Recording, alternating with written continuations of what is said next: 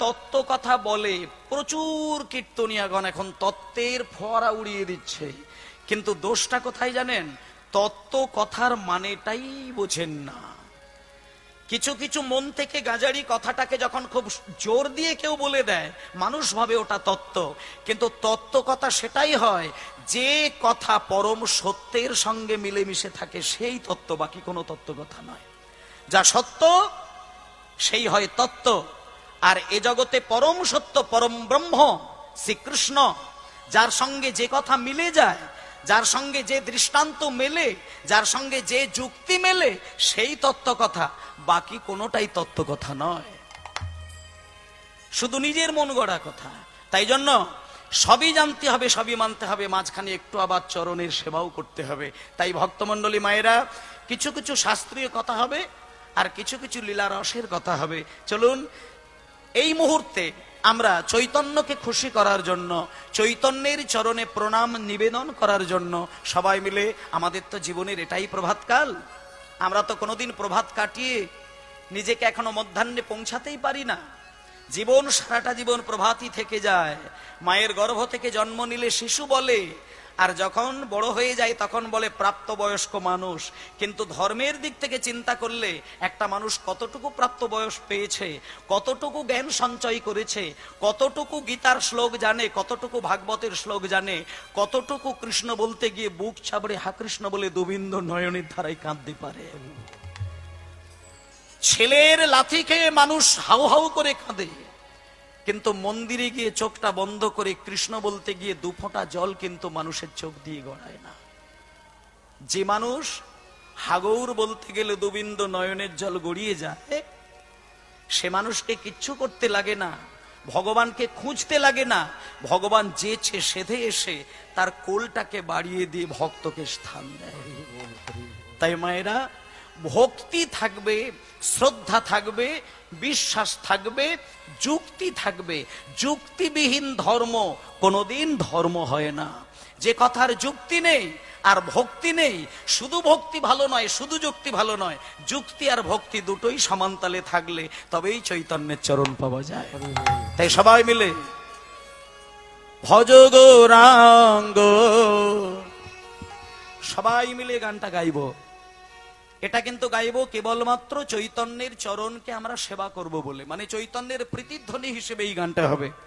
ভজ গৌরাঙ্গ লহ গৌরাঙ্গ, কহ গৌরাঙ্গের নাম রে, হরি হরি গৌরাঙ্গ লহ গৌরাঙ্গ, কহ গৌরাঙ্গের নাম রে। ভজ গৌরাঙ্গ লহ গৌরাঙ্গ, কহ গৌরাঙ্গের নাম রে। সবাই মিলে হরি হরি বল। গৌরাঙ্গ কহ গৌরাঙ্গের নাম রে। যে জানা গৌরাঙ্গ বাজে, সে হয় আমার প্রাণ রে। জনা গৌরাঙ্গ ভজে, সে হয় আমার প্রাণ রে। আর যে জনা গৌরাঙ্গ ভজে, সে হয় আমার প্রাণ রে। জন গৌরাঙ্গ ভজে, সে হয় আমার প্রাণ রে।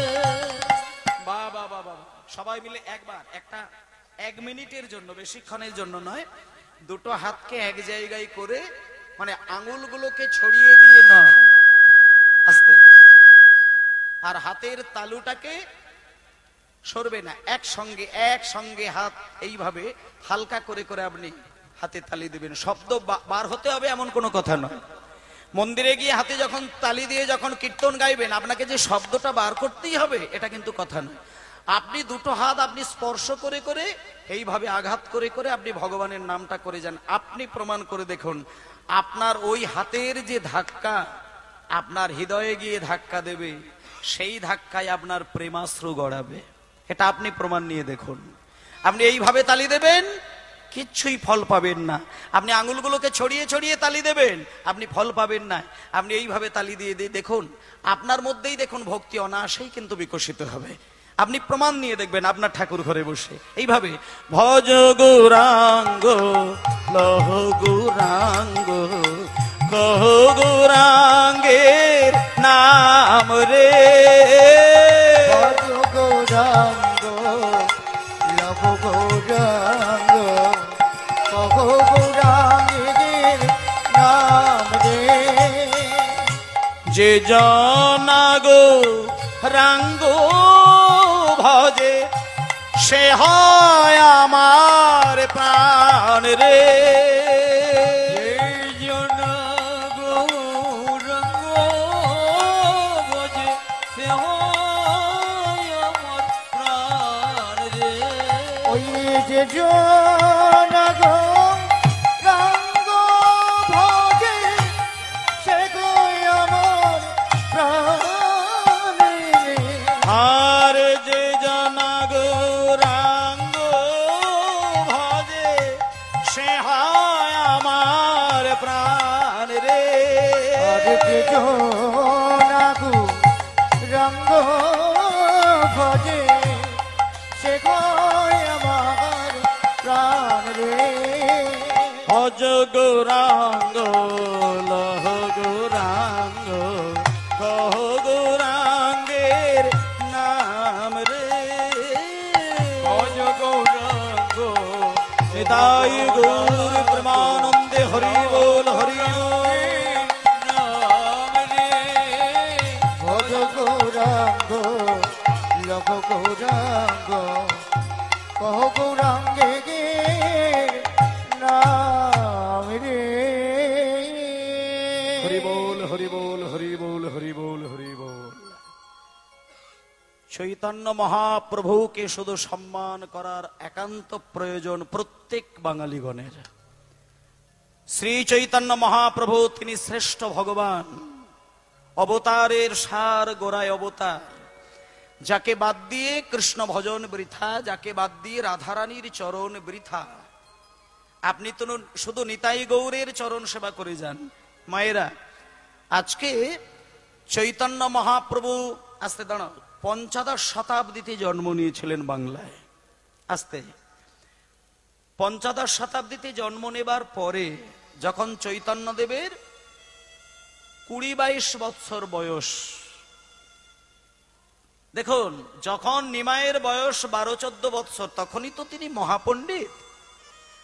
চৈতন্যদেব যে কত বড় পণ্ডিত সেটা যারা চৈতন্য নিয়ে পড়াশোনা করে তারা জানেন, ছাড়া সাধারণ মানুষ জানেন না। চৈতন্য ভাগবত, চৈতন্য চরিত, চৈতন্য চরিতামৃত, এই ৩টি গ্রন্থ শুধু পড়ে যান, দরকার নেই ভাগবত, বেদ, পুরাণ, উপনিষদ, কিচ্ছু দরকার নেই। যে চৈতন্যকে চেনে সে বিশ্ব ব্রহ্মাণ্ডকে চেনেন।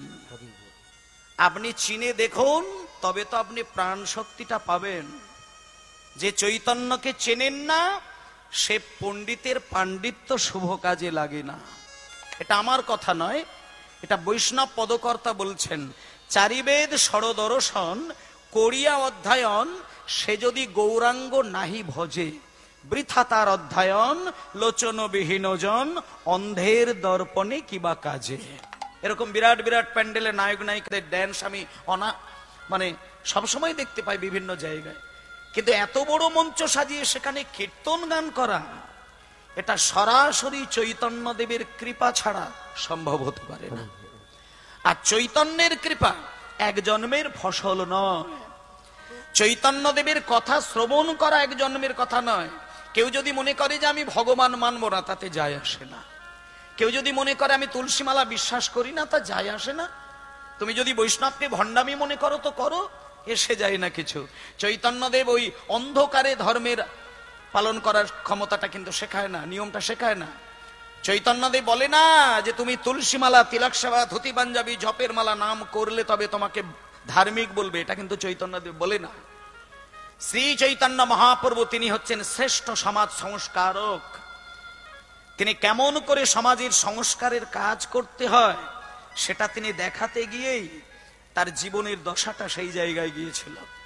আর আজকে বাঙালি চৈতন্যকে মনে রাখতে চায় না, মনে রাখতে পারে না, মনে রাখতে চাইলেও সময় কুলায় না, সময় কুলালেও নিজের ধৈর্যটা ততটা বড় হতে পারে না। শুধুমাত্র নিজের আংশিক কিছু আনন্দকে বেশি গুরুত্ব দেবার জন্য পরমানন্দকে জীবন থেকে হারিয়ে দিচ্ছে।